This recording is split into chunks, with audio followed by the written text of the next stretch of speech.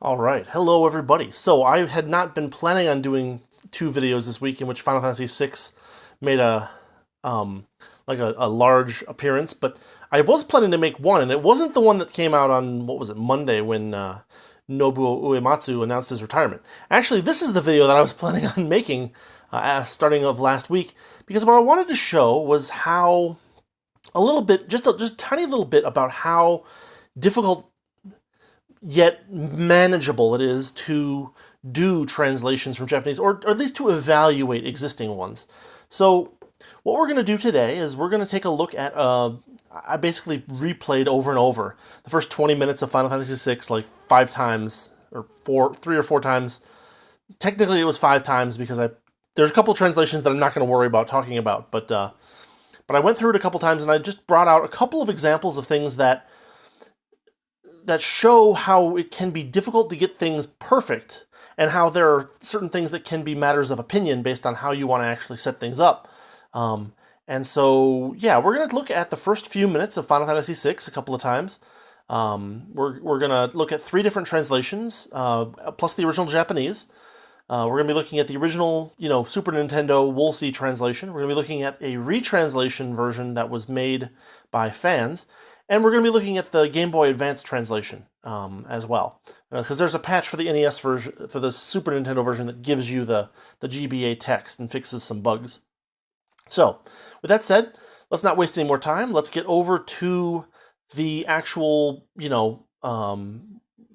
screenshots themselves. Hopefully, this will all make some sense.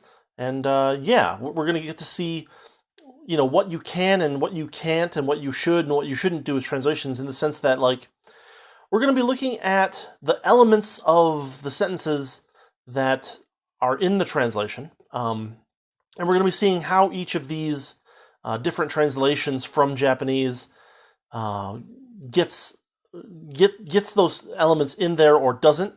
We're going to be talking a little bit about names and how there seems to be a desire to change names for a variety of reasons, and we're just going to kind of look at this and see what we can see.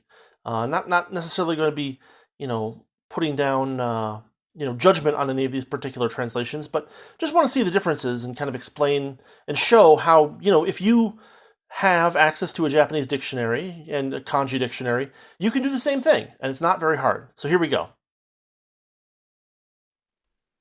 So, let's look at a few specific examples here. Number 1, it's basically the second screen's worth of text in the game. Here we have the 4 different versions of this that I have, and we're going to kind of look at all 4 of them. First, the Japanese. If we translate this bit by bit, we have "soshite sennen," and then 1,000 years. Tetsu, kayaku, and joki kikan, that's iron, gunpowder, and steam engines, respectively. Hitobito wa kikai no chikara o tsukai. The people, as for the people, they use the power of machines, or rather, using the power of machines. Sekai o yomigai raseta. They were able to revive the world. And we see how clumsy this is in direct English, and so obviously there's some work to be done. So if we look at the original Woolsey translation, we have, instead of "and then 1,000 years," we have "1,000 years have passed." That seems pretty good. Iron, gunpowder, and steam engines have been rediscovered. Now this is interesting because this is adding "rediscovered," the verb, to this statement, which didn't exist there before. And what it implies is that iron, gunpowder, and steam engines existed during the War of the Magi, and that technology was lost and then rediscovered. Now, that's not necessarily a bad thing, but it is adding something to the Japanese that wasn't there before. And then we have the line, "and high technology reigns," which is absolutely nowhere in the original Japanese. Then we have, in the GBA translation, "1,000 years followed." That's pretty reasonable. Iron, gunpowder, and steam engines took the place of magic. Okay, so now we are seeing that iron, gunpowder, and steam engines are new things that are replacing magic from the War of the Magi, which is also a little bit different from what is said specifically in the Japanese version, and now it implies, the exact opposite thing, that there was no technology before the War of the Magi, and now all this stuff was discovered because magic vanished. Now this works pretty well based on on how, like, it says that how the previous thing says that basically during the War of the Magi, magic disappeared, but it is a little bit different from the Japanese here, and we can see how. It doesn't say anything about taking the place of magic in the original Japanese. It just says that people used these things to revive the world after it was, scorched in the War of the Magi. And then if we look at the retranslated version, we have 1,000 years have passed. That's, it's getting the same thing across, but it's not using the ellipsis. And it's kind of adding a verb to it, but it's probably about the same thing. Iron gunpowder steam engines, and then there's a colon, which is a little clumsy, I would say. With the power of machinery, mankind is thriving once more. Well, that's probably true, but again, the original Japanese says that it's the world that was thriving once more. The thing about this is that I just wanted to show how difficult it is sometimes to convert Japanese to English without adding something, removing something, fiddling around with it a little bit, because like that, the second two lines in Japanese, Hitobito wa kikai no chikara o tsukai sekai o yomigaeraseta, right? The way that the simplest way to repeat that would be like, it'd be like, using the power of machinery, people have managed to revive the land, revive the world, or fix or repair, or Yomigai Rasata has a lot of different possible translations, but like, you notice how I had to take Hitobito, the people, and put it after the comma in order to make it kind of work in English. There's a lot of things where the sentence structure in Japanese doesn't quite fit. And so you do have to fiddle with things a little bit like that. And you can tell that even my, roughly, quote unquote exact translation is still pretty clumsy. So, you really can't, blame people for fiddling with it a little bit, because you kind of have to. So that's that first example. Here's the next one that I want to talk about. So here we have the first couple of lines once the soldiers in Terra or / Tina show up at that mountain thing before they move on Narsh. In Japanese, Mata gase janee no ka? Do you think it's another fake, another empty rumor? Which is kind of matches with retranslation 1 over on the right. Humu. Daga are no... Oh goodness, I had to look this one up. Shio kyoka ga deru kurai da. Kanari tashika na jouhou daro. Okay. Humu is kind of like a it's a little guttural thing. It's not the same as probably, and it's not the same as I don't know. It's really kind of just a, I don't know. I mean, it means I don't know, but there's a bunch of different little guttural things, and maybe would have been better. Daga is, however, are no... now this is interesting. Shio kyoka is actually license. So are no is referring to Terra, the sorceress, and he's basically saying, we only got... they did, after all, give us a license to use her in this mission. Kanari tashika na jouhou daro. That, it seems like it's pretty certain information. So, in the Woolsey translation, he says the urgency of our orders, which is, again, urgency doesn't appear anywhere in the original Japanese. As you can see in retranslation 2, they had to put this in 2 boxes. They wouldn't have sent the girl with us if the information wasn't good, is pretty darn close. So, it's also worth noting that, like, in the Japanese version, it doesn't say specifically who's talking. In the Woolsey version, it does. And in the retranslation version, it does not. So that's another thing where I guess Woolsey kind of put words in one character's mouth compared to the other. All right, let's look on to the third example. So looking at this one, we have Ima wa kono toshi no gado ni owareteiru. So here's something that's very interesting. This is actually, a mistake. In the Woolsey translation, Imperial troops are pursuing her even as we speak. But what kono toshi no gado means is this town's or this city's guards, and owareteiru is chasing. So in the Woolsey translation, he says it's Imperial troops that are pursuing her, but in fact it's the city guards of Narsha that are after her. And we get that both in the GBA version and in the retranslated version. So that's an interesting example of just a plain old mistake. The thing is that like this one's probably not very forgivable in the sense that it's pretty clear kono toshi no gado is in there, but there's a lot of cases in Japanese where there's implications that get made, and sometimes those implications can lead you to believe something incorrectly, especially if you're not like used to the way that the Japanese do implications in sentences. Anyway, let's move on to one other thing, which is it's naming. So this is kind of an interesting example. Here we have, one of the first fights. We have these silver wolf type enemies, and in Japanese, shirubaryo. Woolsey translates them as lobo, which is just the Spanish word for wolf, which is completely, it just comes out of nowhere. We find a lot of that. Like, for instance, Woolsey names the first boss the Whelk, whereas in the Japanese version and in other versions since then, it is a whelk, which is a type of snail, but it has a name, and its name is Ymir. In the GBA version, they call it Silver Lobo, kind of splitting the difference between Shirubaryo and the Woolsey Lobo translation.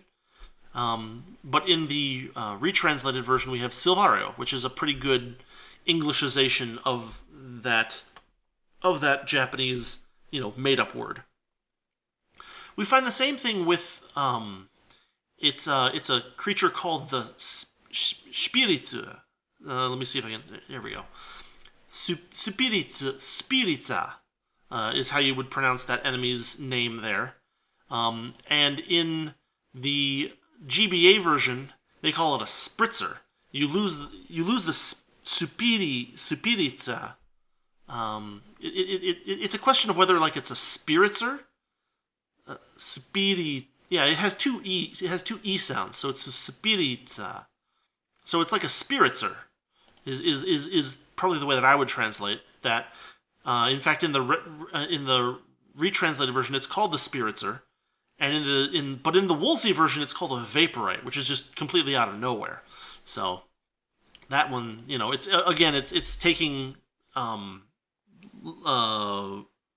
taking liberties with names of things, just in the same way that in the original Japanese version, Terra's name is Tina, but all the versions that I looked at keep her name as Terra as like the official translation, which, I never quite understood why there's this desire to change the names of characters to like Tina's just a plain old regular name. I guess it wasn't fantastic enough, They wanted to make it more crazy. Let's look at one or two more little things. Here we have a comparison of the three different translations in the original Japanese for this particular line. Now, in the top, the way that you would translate this is the power of magic, or the magical power holding girl. Is that who you're talking about? Is that Mado or Maho? Actually, let me just take a quick look here. I think it's Mado. Yeah, Mado. Mado no chikara o motsu toyu musume no koto ka. Mado no chikara, the power of magic. O motsu, who holds. Toyu, it is said. Musume, girl. No koto ka is like a way to say is that who you're talking about, or is that what you're talking about? In the Woolsey version, we get this very strange, very angry thing from Locke. This better not have anything to do with that Magitek writing Imperial witch. And I actually, back in the day, one of the things that fan translations used to do a lot, they do it less nowadays, thankfully, but one thing that they used to do is they used to add a bunch of profanity into stuff. And so I heard tell that there was one translation project for this game, like a retranslation project that would convert witch to bitch, and like there's nothing like that in the original Japanese, and like from a writing perspective, it doesn't even make sense because she actually is a witch. Like she's not. They don't know that she's a mean person. In fact, they're fairly convinced that she's not. And like witch makes a lot more sense than simply adding profanity. This is one of those habits of old fan sub units that I found a combination of hilarious and a little bit concerning.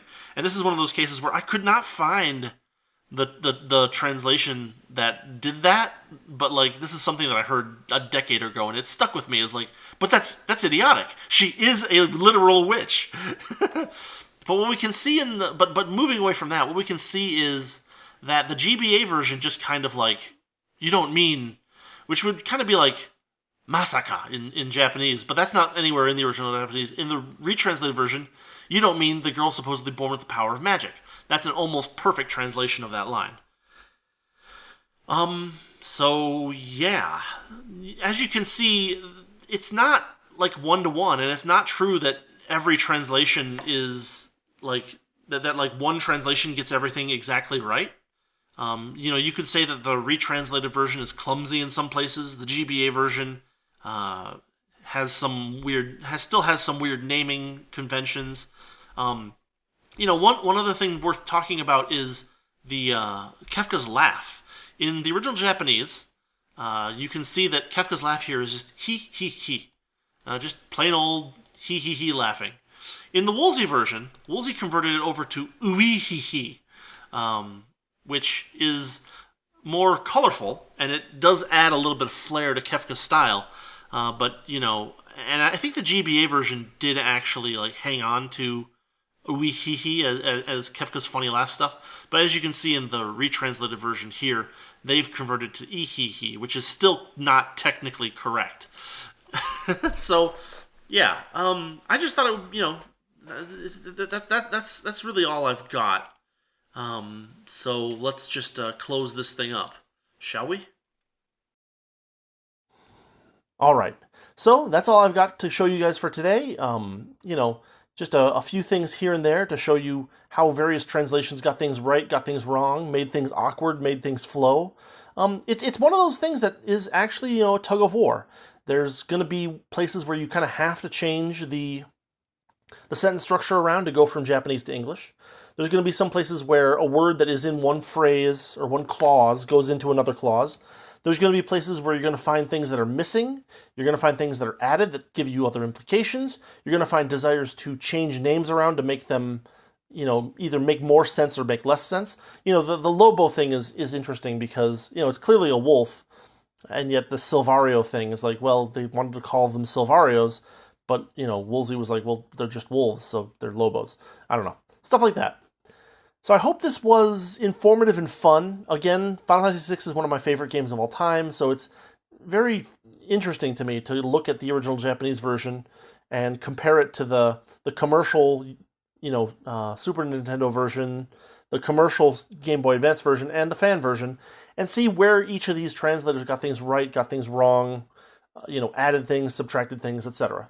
So anyway, as always, thanks for watching, thanks for listening. If you're still here, I really appreciate your time.